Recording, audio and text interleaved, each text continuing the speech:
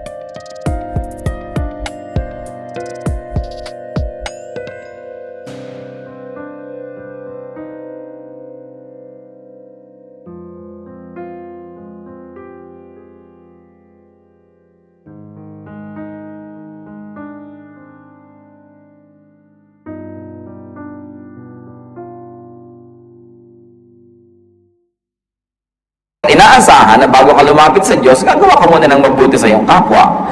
Bago ka humingi ng blessing sa Diyos, magbibigay ka muna ng blessing sa iyong kapwa.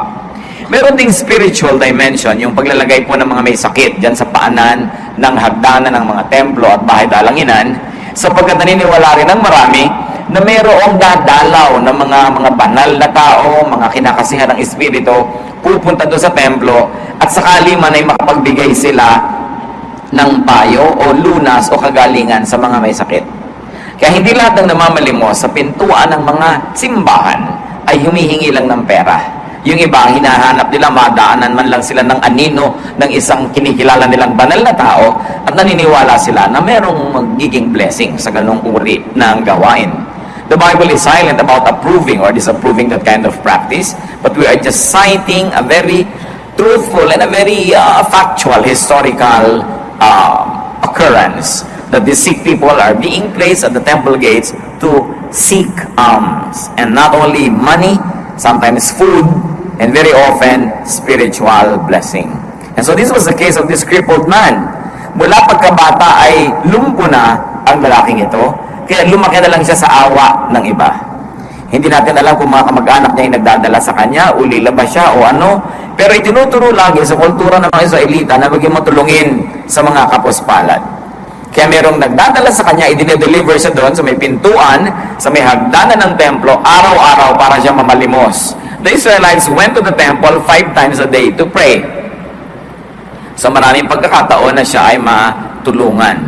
At ipinakikilala ang espiritualidad kasama ng mabubuting gawa sa mga kawawa, sa mga hikahos at mga may sakit. Nung dumadaan itong si Pedro at itong si John, ay humingi sa kanila ng limos itong lalaking ito.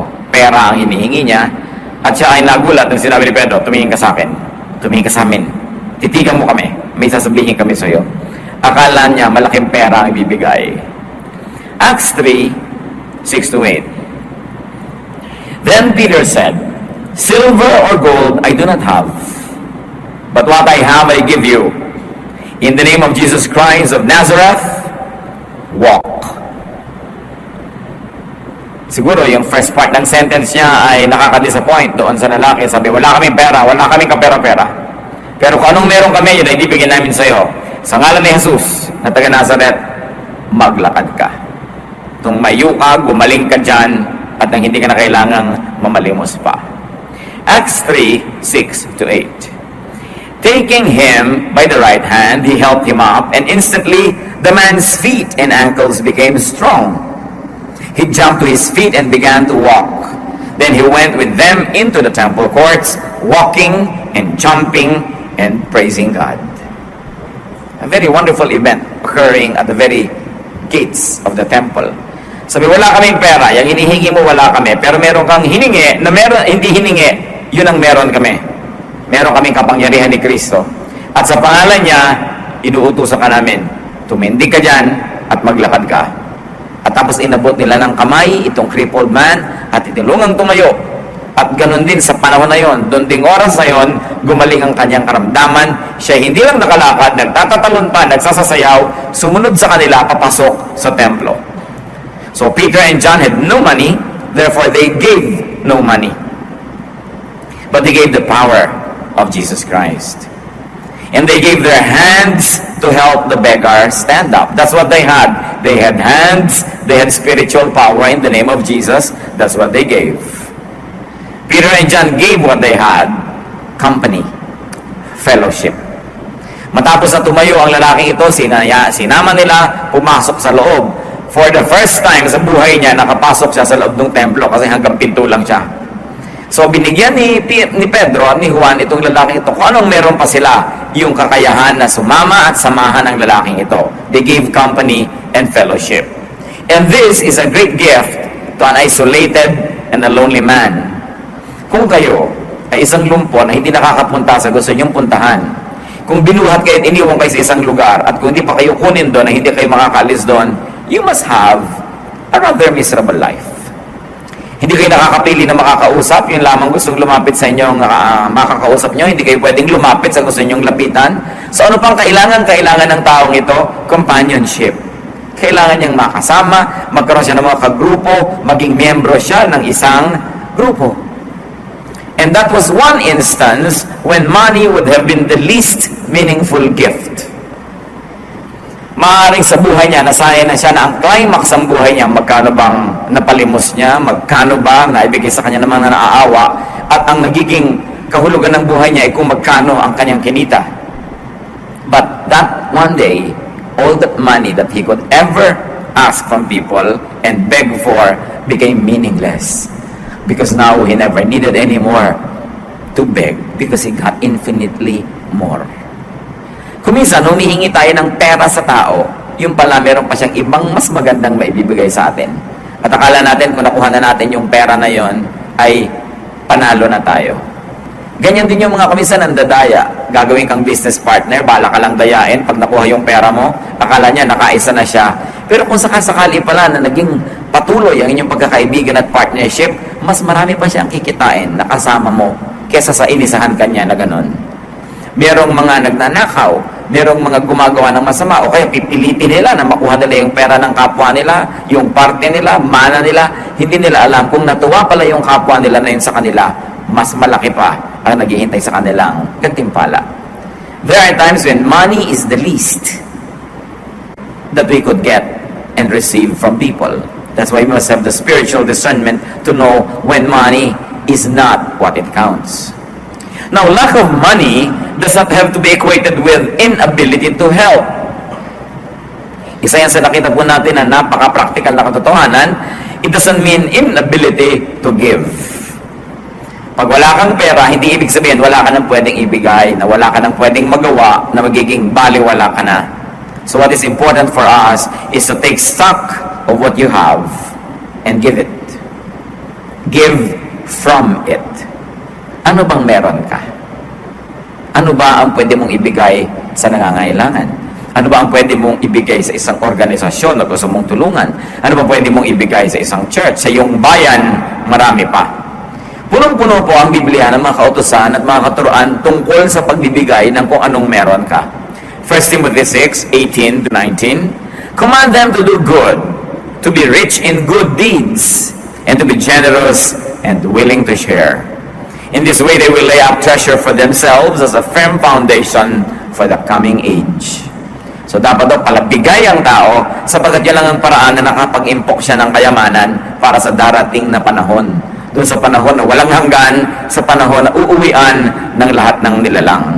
Sabi, iutos siya sa kanila, turuan niyo sila na laging gumawa ng mabuti. Maging mayaman sila sa pamamagitan ng mabubuting gawa, palabigay, at handang-handa na ang kanyang mga tinatangkilik na mga magagandang bagay ay partihan, hatian ang kapwa. Proverbs 19:17, he who is kind to the poor lends to the Lord, and He will reward him for what he has done. Ang mabuti pala sa mga mahihirap, palabigay, ay nagpapautang sa Diyos. At napakasarap magpautang sa Diyos dahil hindi siya nanunuba. Lagi siya nagbabayad, may sobra pa. Because God will never permit Himself to be any man's debtor. He will never permit Himself to be indebted to any human being. That's why when you give to God, it becomes a very, very wonderful and sure investment. Now, to give to the poor doesn't always mean to give money, and poor doesn't always mean poor in material wealth. Because there are many people who are spiritually and emotionally poor. We must consider them as well, and we should continue to give to them as we have, as we are able to give. Proverbs 11:24, one man gives freely, yet gains even more. Another withholds unduly, but comes to poverty. Maobserbahan niyo po sa Biblia, mga kapatid, ang dami-daming mga ironies at mga kabaligtaran. Isa na dito yung binanggit ng Proverbs 11:24, meron daw mga taong sobrang palabigay, pero lalo namang nagkakaroon. At meron naman ang dadamot, lalo namang nawawalan. Kaya napakahalaga na sinusunod natin yung katuruan to be generous, to give when we are able. At bakit po natin ito pinag-uusapan, mga kapatid? Una, dahil talagang foundational to spirituality yung giving. For God so loved that He gave. Yan ang isa sa mga definition ng loving, giving. Sabi nga nila, you can give without loving, but you cannot love without giving. Minsan gasgas na yan, quotation na yan. Pero totoo, hindi mo pwedeng sabihin nagmamahal ka pero wala kang binibigay. Sabagat ang tunay na pagmamahal ay naipapahayag sa pagbibigay. And love is not love until you give it away. The intention to give is not yet love. The act of giving is a definition of love. So one who gives friendship naturally begets friendship. And one who withholds friendship naturally loses it. In a manner of speaking, you keep only what you give away. And ironically, you lose what you selfishly keep. Sa buhay espiritual, marami pong kabaligtaran. Yung ipinapamigay mo, yun lang ang bumabalik sa'yo. At yung pinipilit mong kamkamin, sarilinin, yun naman ang nawawala. Proverbs 3:27-28. Do not withhold good from those who deserve it when it is in your power to act. Napakadaling maintindihan, pero madali bang i-apply? Huwag daw pagkakaitan ng mabubuting bagay ang mga karapat dapat tumanggap nito. Sabi natin, syempre naman. Pero tanong, meron kayong kilala, kaibigan, meron kayong kapatid sa Panginoon, merong tindahan, naghihirap siyang mimili, magtinda, pinagtutubo nyo ba o hingi kayo ng discount? The person na namumuhunan deserves to profit. Kaya nga siya nagpapagod, gumigising ng maaga, nagtitinda para siya tumubo. Tapos wala kang gagawin kundi humingi ng discount. Pag merong ahente na nagbebenta sa'yo ng kotse, ng lupa, ng insurance, alam ko may komisyon ka dyan. Hati na lang tayo sa komisyon mo, bawasan mo naman yung komisyon mo. Kaya nga siya nagtitinda niyan para siya magka-komisyon, tapos hihingin mo yung komisyon niya. That is withholding something from the one who deserves it. Because the person works. And when you plant, you harvest. When you work, you benefit from your work. Nobody plants without the promise of being partakers of the harvest. Maraming mga ganon. Deserve nila, inaalis natin yung dapat sana ay sa kanila. Yung mabuti sa atin, they deserve na gawa natin ang mabuti. Yung nagbibigay sa atin, they deserve na suklian natin yan. When people have earned it. Sasabihin pa natin, pambira naman yung doktor na yun. 3 minuto lang akong tiningnan, tapos 500 ang bayad. 9 na taon naman nag-aaral yun, ano? Gusto mo 9 na taon ka rin yung tingnan para magbayad ka ng mahal. Sabi mo, sandali lang ako tinignan. Pero ang tagal yung pinag-aralan kung paano ka titignan. Kasi mo, gusto mo, 3 minuto kang tinignan, 3 piso ibabayad mo sa kanya. Ay, ang mahal-mahal ng puhunan niya sa pag-aaral. Minsan we have misplaced values. Akala natin ganun lang yun. Pero syempre, pag espesyalista, bayaran mo na mahal. Quality is expensive. Merong gusto, ang ganda-ganda ng bibilin, ayaw naman magbayad. Tatandaan natin yun, reward people who work. Make it a habit to reward people who work. And one of that is to allow them to earn. What can we give to people? Nakita niyo po si Peter and John, ibinigay nila yung nasa kanila, kapangyarihan na spiritual, at yung mga kamay nila na pwede nilang iabot. Meron sila nun eh. At yung oras nila para makisalamuha, makipagmabutihan, makipag-fellowship doon sa taong hindi pa naranasan kahit kailan na may makasama at pumunta doon sa loob ng templo. Sa atin ngayon, what can we give to people? And I like you to think of people you love, those who love you, those who are good to you, and those who you think you are good to. We have to give people attention. Ang kakulangan sa atensyon ng isa sa mga pinakamalaking karukhaan ng tao ngayon, kulang na kulang sa pansin. Marami ngayong mga bata lumalaki, isa lang yung magulang na kasama sa bahay dahil nagtatrabaho sa malayong bayan. Kung isa nga, parehong wala pa. Kulang sa pansin. Maraming mga asawa, kulang sa pansin. Maraming mga magulang, kulang na kulang sa pansin. Ewan ko lang kung i-score natin yung sarili nyo ba? Masasabi yung kulang ka sa pansin? Marami nun, kung aaminin lang natin yon. We always think we get less attention than we deserve or less than we want. So it's an epidemic. But it's so sad when it's your very husband or wife, your very girlfriend or boyfriend, your very friend, your very relative, your very office mate, housemate, classmate, yung hindi natin nabibigyan ng attention.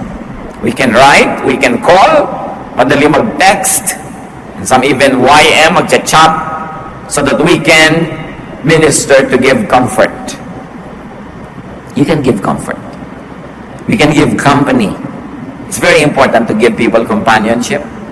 We can give them connectedness and connection. People like to connect, so they like na may kasama, may kausap, may kasabay.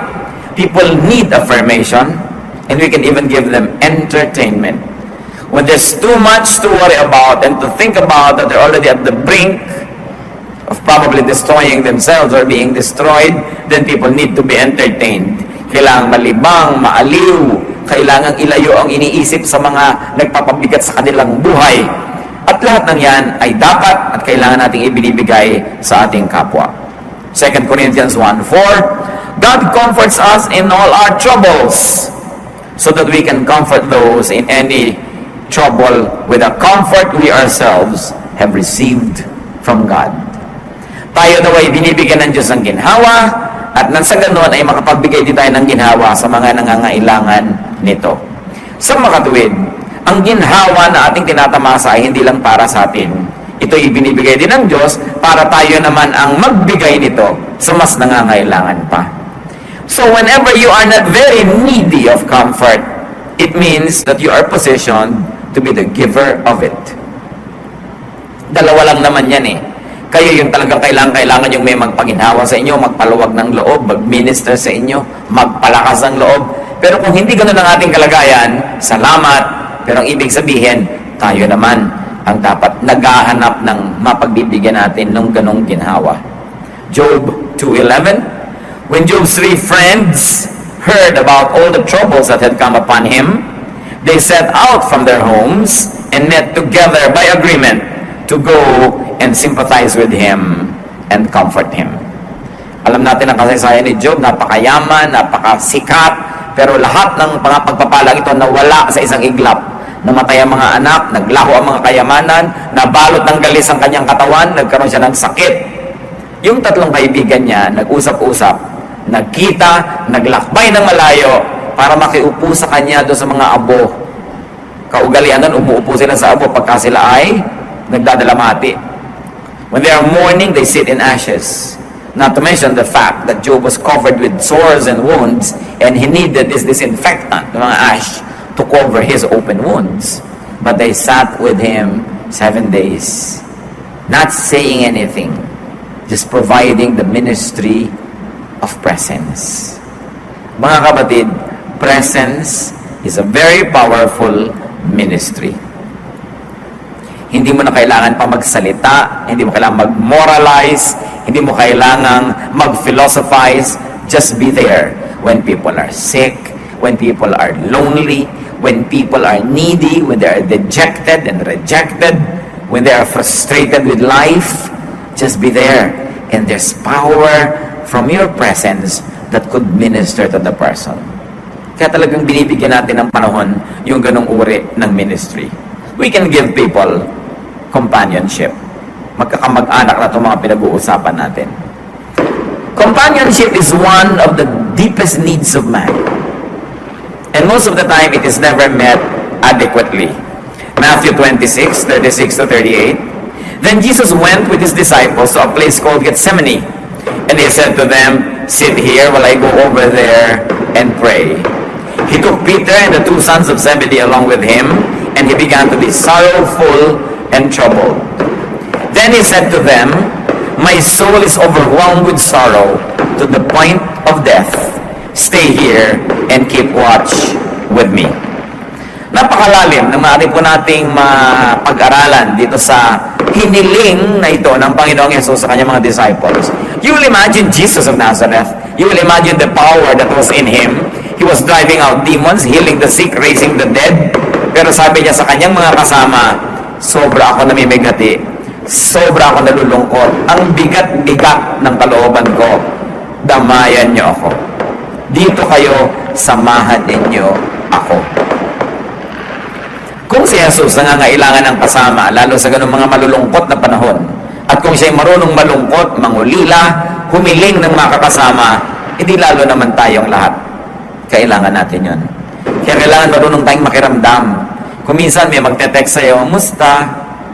Actually, siya ang nangangailangan makumusta. Hindi mo kinukumusta, kaya siya nagpapadala sa'yo ng musta. Sasagot ka naman, "Sa." Papilosopuhin mo pa. O kaya, isa mo, "Okay." Tapos na, wala ka walang tanong, "Ikaw, kumusta?" Mga kapatid, pag may nangungumusta sa inyo, 99% of the time, siya ang nangangailangang makumusta. Pinapaalala sa inyo, "Hoy, buhay ako, kumustahin mo naman ako." Sasagutin niya naman, "Ikaw, kumusta ka?" Hindi lang, "Kay." Tapos na. Nangangailangan yon. Sabi niya, "My soul is overwhelmed with sorrow." Karamay. Makikiramdam tayo sa tao. Kung minsan sabihin niya, "Uy, kain naman tayo sa ganon." Tama-tama pa na nga, kakain ka pa. Yung pasasabihin mo. Hindi naman kasi lahat ng nag-aayang kumain, gustong kumain. Kung minsan ang gusto niya, makasama ka. Wala lang excuse. Yung mga pakapi-kapi, coffee tayo. Gusto ba naman talaga ng tao katakot-takot na caffeine sa loob ng katawan niya? Kaya lang, ano sasabihin niya? Magtinginan tayo? Mag-usap tayo? Kaya excuse lang yon para meron kayong magawa because probably they like your company or they need your company. So you don't just dismiss readily what people ask you to do with them because behind and beneath the surface could be a deeper need. And we, especially the people of God who profess to be Spirit-led, must be sensitive to the needs of people. Hindi yung gusto lang natin silang i-Bible study, gusto lang natin silang sermonan, gusto lang natin silang payuhan. Tapos, pagka naman kailangan nila yung mga moments na may kausap, kasama, kaulaya, wala ka naman. Napakahalaga nitong ganitong presence. At itong ating bansa, habang lalo tayong naghahanap ng pera, nagiging industrialized, o kaya nag-export tayo ng labor, sobra-sobra, 10 milyon mahigit, no? Ng mga overseas Filipinos. Sa bawat isang umaalis, ilan ang nangungulila na asawa, ina, anak, kapatid, ama, kaibigan, kapitbahay, ang dami. Kaya padami ang malungkot dito sa Pilipinas. Katayo pa naman ang kasiyahan natin, tao eh. Talagang pag may tao, masaya na tayo dyan. Eh yung mga tao nang nawawala. Kaya yung mga natitira, kailangan nagtutulungan lalo. And we minister to one another. It's greater than the ministry na sabihin mo gagawa ka ng kung ano ng great religious activities. Because the ministry that really pleases the Lord is a ministry that touches the heart. The ministry that comforts the afflicted, that gives comfort to the wounded, and healing to those who are sick. And many people are so emotionally sick. Many times we are so sick as well that we forget that the others are sick also. Na humahanap na lang tayo ng atensyon, nalilimutan natin yung pinaghahanapan natin nun, nangangailangan din. Na ang tunay na pagmamahalan ay kahit nabibigatan ako sa dala ko, tinutulungan pa rin kita sa dala mo. Na kahit meron ako mga problema dito, nakikisali pa rin ako sa problema mo. Na hindi ko hihintayan na maging problem-free ang buhay ko para ako magsimula na magbigay ng attention sa'yo. Because people are very needy of attention. Of course, we can also give counsel. Proverbs 27:9, perfume and incense bring joy to the heart, and the pleasantness of one's friend springs from his earnest counsel. Ang tunay daw na halimuyak ng isang kaibigan ay nagmumula sa kanyang matalino, maayos, makadiyos na payo. Kaya nagbibigay tayo nun. Naturally, we give people prayers. Wala namang gastos para ipanalangin mo ang isang tao. Liba na lang maarte ka, kailangan pang manalangin sa paanan ng bundok, Golgota, medyo magastos yun.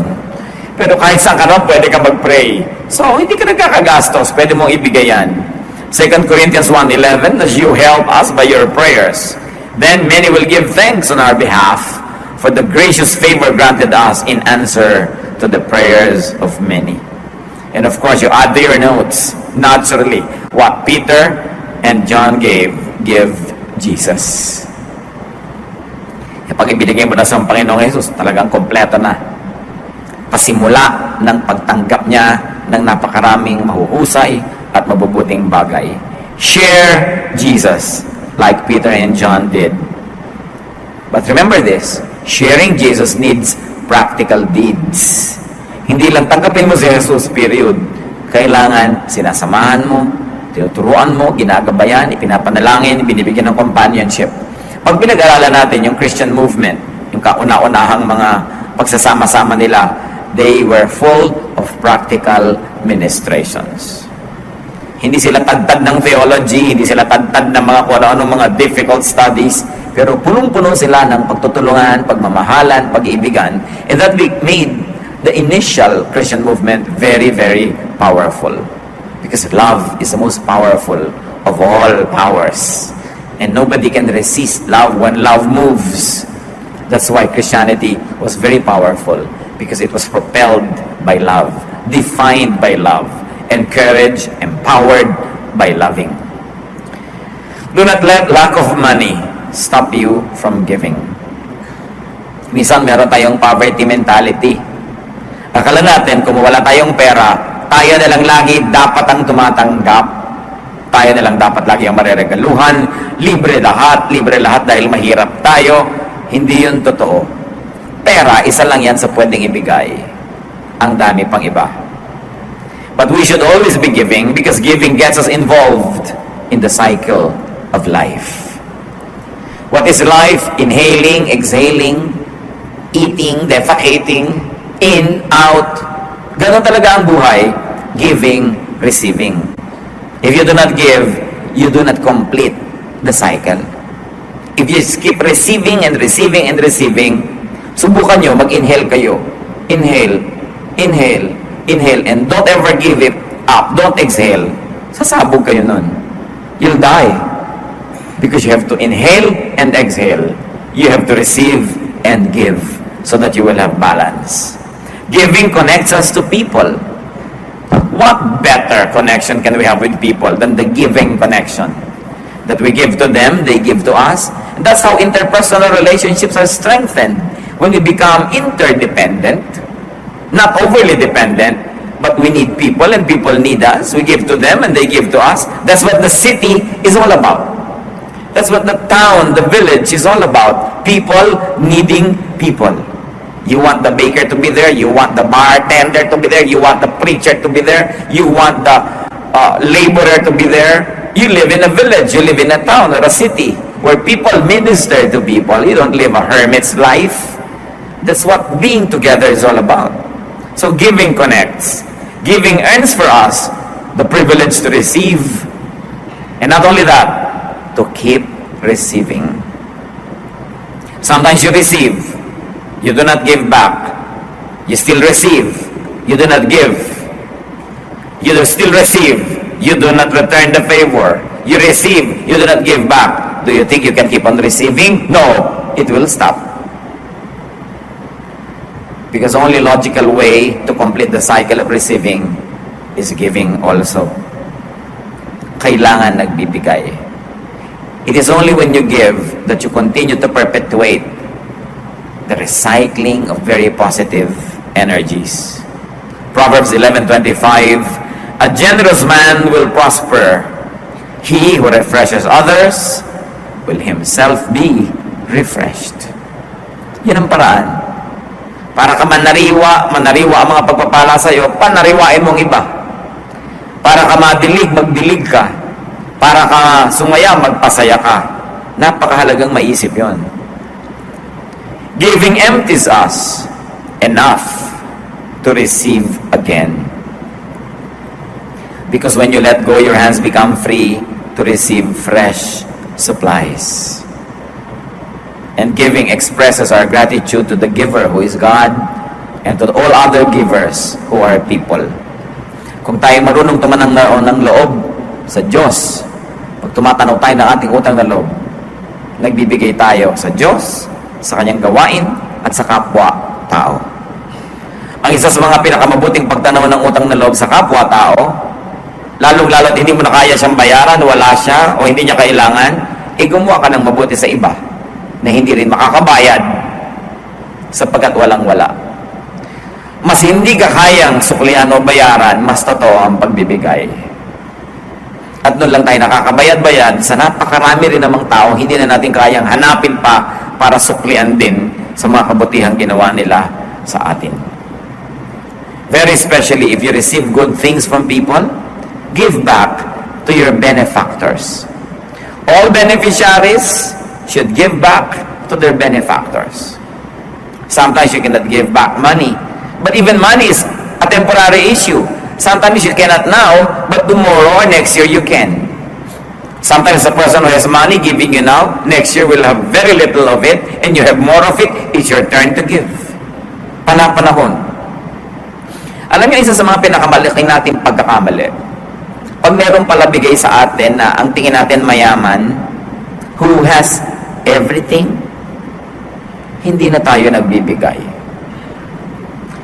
Mayaman naman si tita huwag na nating bigyan. Kompleto na yan Mahirap bigyan yan, mayaman kasi. Kung minsan, nagiging napakadali na sa ating excuse yun para magpabaya. Mayaman naman siya, wala na siyang kailangan. Hindi yun Ang kailangan ng mayaman at mahirap ay pareho lang. Ang kailangan nila ay maalala. Ang kailangan nila ay ma-reaffirm. Mabigyan mo ng affirmation that they are loved, that they are appreciated. Sabi, ang dami-dami na naman niyang alahas, wala na tayo maibigay. Hindi bigyan mo ng chicharon. Hindi excuse yun. Bigyan mo ng isang santol. Bigyan mo ng 5 pirasong butong pakwan. May ribbon. Nakalagay sa magandang lalagyan. Ang sinasabi lang doon, naalala kita. Kung gusto niyo mga kapatid na maging thoughtful, ang daming pwedeng ibigay sa kapwa. Many of them don't have to cost money. Makapulot ka ng magandang tuyong dahon, sulatan mo ng pentel pen, God loves you, and so do I. Diba? Saya naman makatanggap ng ganon. Yung iba, akala nyo kung may pera yung kapwa nyo, mataas ang posisyon, maraming damit, maraming gamit, pwede nang hindi regaluhan. Palusot lang yon. If you really like to give, you give to the poor, you give to the rich. Because the rich man, like the poor man, needs love. We all just need love. A little bit more of it, if possible, a big bit more of it. That's what we want. And you can never go wrong when you give love. At yan kuminsan ang problema na hindi naman dali-dali at madaling isinisiwalat ng mga makapangyarihan, sikat o mayaman. That their relatives, their friends, and people around them don't give them anything anymore just because they think they are self-sufficient. No man is an island, therefore no person is self-sufficient. Ang lahat, kailangan ng kahit konting pagtingin. kahit pa sila mga sasabihin nyo makapangyarihan. And a person who gives will not run out of goods and will not run out of friends. It is the selfish who runs out of love. Yung makasarili, ang meron ng kaibigan, nawawala pa. Meron ng nagmamahal, nawawala pa. Kasi ang pagmamahal man, humihingi rin ng katapat na pagmamahal. Ang text naghihintay ng sagot, di ba? Ang sulat naghihintay ng sagot. Yung ginagawa mo na pagbibigay ng mabuti sa iyong kapwa, aminin mo ba't hindi, naghihintay ka rin ng sukli. Kahit yun ay thank you, kahit yun ay isang kiss, kahit yun ay kotse o bahay o anuman, dapat sinusuklian. At hindi lang pera ang panukli. Actually, yun talaga pinag-uusapan natin dito. Don't ever have the excuse that just because you don't have enough money, you are already free from your obligation to be nice. Na magsukli. Give what you have. Tulad nila Peter. If not money, then service. 1 Peter 4:10, each one should use whatever gift he has received to serve others, faithfully administering God's grace in its various forms. Madalas mangyari ito sa magkakapatid. May sakit ang magulang nyo. Hili-hilian kung sino magpapa-hospital.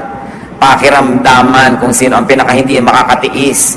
Bumubula na yung bibig ng magulang, nangingisay na, kulay asul na, wala pang nangunguna kasi kung sino magdala sa ospital, siyang magbabayad.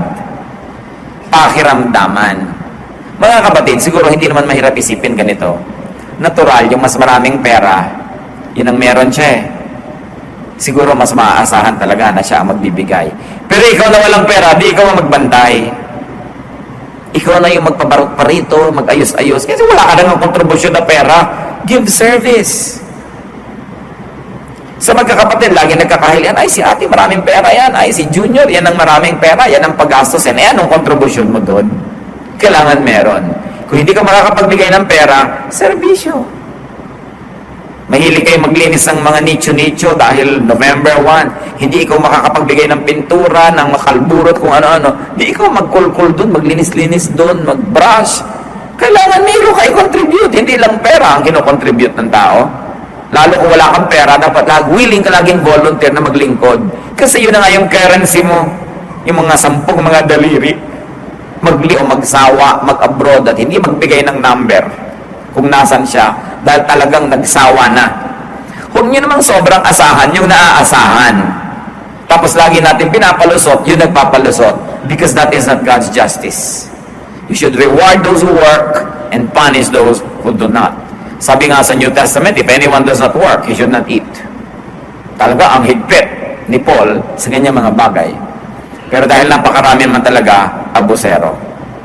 If you cannot give money, then give other goods. Meron naman dyan, pupuntahan pa ng doktor sa bahay nila, doktor, wala po kaming kapera-pera, pasensya na kayo, talagang mahirap lang kami. Diba? Pero meron naman kayo itong mga prutas, pwede nyo ibigay. Meron naman kayo antik na kama, di ibigay nyo. At sa lagay, libre na lang, meron mo kayo pwedeng ibigay, ayaw nyo pa rin ibigay. So paglingkuran mo kami, pero yung amin pa rin. You must always give value for value. You must never try to escape responsibility. Kung meron kayong pwedeng ibigay, ibigay nyo. Huwag kayong palibre. Laging meron yan. Goods, service. Philemon 1:17, si Paul, nung merong isang runaway slave na naging Christian, pinabalik niya doon sa amo. Sabi ko, kilala ko ng amo mo. Sasabihin ko sa kanya, huwag ka na niyang idemanda, huwag ka na niyang parusahan, tanggapin ka na lang niya. Sabi niya sa 1:17, Philemon, so if you consider me a partner, welcome him as you would welcome me. If he has done you any wrong or owes you anything, charge it to me. Value for value. Sabi ni Paul, ikaw, marami kang utang na loob sa akin, ha? Naging Kristiyano ka dahil sa akin. Nakakilala ka kay Kristo dahil sa akin. Laki utang na loob mo. Bueno, itong slave mo na tumakas, naging Christian din, naglingkod sa akin, kinagigiliwan ko siya, pinababalik ko siya sa iyo, huwag mo na siyang singilin. Charge mo na lang sa akin. Kulang ka pa. So, value for value. Dapat ganun. So Romans 15:26-27, for Macedonia and Achaia were pleased to make a contribution for the poor among the saints in Jerusalem. They were pleased to do it, and indeed they owe it to them. For if the Gentiles have shared in the Jews' spiritual blessings, they owe it to the Jew to share with them their material blessings. Nagkaroon po ng mga tag-hirap sa Jerusalem, kung saan yung mga Hudyo ay nakatira, at kung saan mula sa mga Hudyo, si Jesus, ang Kristyanismo, ay nakarating sa mga Gentiles. So nung umasenso yung mga Gentile churches, sabi nitong sumulat ng Romans, kayo, nakatanggap kayo ng spiritual blessing galing sa Israel. Anong marapat yung gawin? Hindi nyo sila pwedeng ma-bless spiritually. Sila nga ang nagbigay nun. Bigyan nyo sila ng pera. Magpadala kayo ng tulong. May pangangailangan sila ngayon, nahihirapan sila. Palitan nyo ng material blessing, yung spiritual blessing na nakuha nyo galing sa Israel. This is the essence of the verses. Sasabihin, hindi pwedeng libre-libre kahit spiritual blessing. Palitan mo ng ibang blessing. Maganda, spiritual din. Ngayon, kung hindi mo kaya yon o kulang, gawin mo iba. Serbisyo, o material, o gift. Dapat ganun, value for value. Di ba natin nakita? Pwede naman i-declare ng Diyos, o lahat ng tao, patawarin na lang lahat ng kasalanan, libre na lang kayo lahat. No. That's not God's way. Jesus paid. May bayad. May bayad ang lahat. Walang libre. So dapat willing tayo na nagbabayad. Nakikitira ka sa kamag-anak mo, gumagastos ka ng kuryente, tubig, hilig-hilig mo pang mamlansya, number 3 ka pa mag-electric fan. Alam niyo, ang init ng mata ng mga tiyan nyo, nakikitira kayo, naka-electric fan pa kayo lagi. Baka akala nyo, hindi niya kinukwenta yun. No? Pag nagluluto siya, dapat 3 lang yung anak, 5 pirasong pork chop lang, inandong ka, naging 6. Bilang yun ng mga kamag-anak. Kala nyo ba? So dapat naman, papalitan mo, naglilinis ka dyan, nag-uugas ka ng kotse, lalo't wala ka naman maibigay na pera, serbisyo. Huwag yung tatamad-tamad ka, nanonood ka palagi ng TV, kinukwenta niya, ilang kuryente kaya nagagastos ito, pananood ng TV. Colored pa. Yung black and white nga ibigay nyo dito. Marami kasing tao, hindi na nila iniisip. Akala nila, gano'n lang ang buhay. Always give. And when you have money, brothers and sisters, put it to good.